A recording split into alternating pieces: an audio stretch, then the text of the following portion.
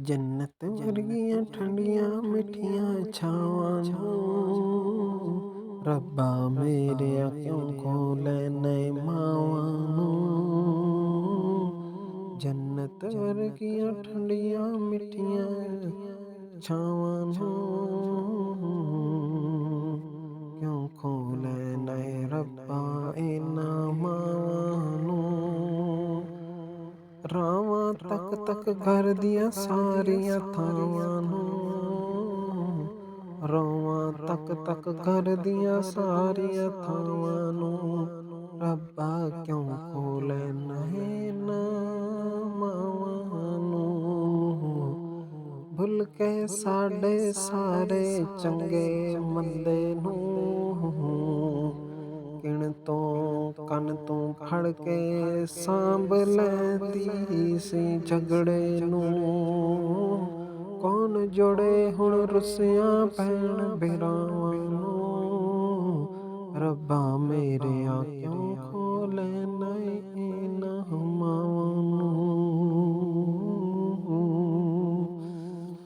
ਝੂਠੇ ਮੂੰਹ ਨਾਲ ਸਾਨੂੰ ਝਿੜਕਾਂ ਮਾਰਦੀ ਸੀ, ਰੁੱਸ ਕੇ ਵੀ ਮਾਂ ਸਾਡੇ ਕੰਮ ਸਵਾਰਦੀ ਸੀ। ਜਿੱਤੇ ਜੀਤੇ ਕਰਕੇ ਰੋਏ ਉਸੇ ਵਫਾਵਾਂ ਨੂੰ। ਰੱਬਾ ਮੇਰਿਆ ਕਿਉਂ ਖੋਲ੍ਹੇ ਨੇ ਮਾਵਾਂ ਨੂੰ। ਫੋਟੋ ਤੇਰੀ ਵੇਖ ਕੇ ਅੱਖੀਆਂ ਸੁੱਖ ਭਰਦੇ, ਤਸਬੀਹ ਤੇਰੀ ਚੁੰਮ ਕੇ ਸਾਰੇ ਦੁੱਖ ਮੁੱਕਦੇ। ਸੁੰਘ ਕੇ ਚਾਦਰ ਠੰਡ ਜੀ ਪੈਂਦੀ ਸਾਵਾਂ ਨੂੰ।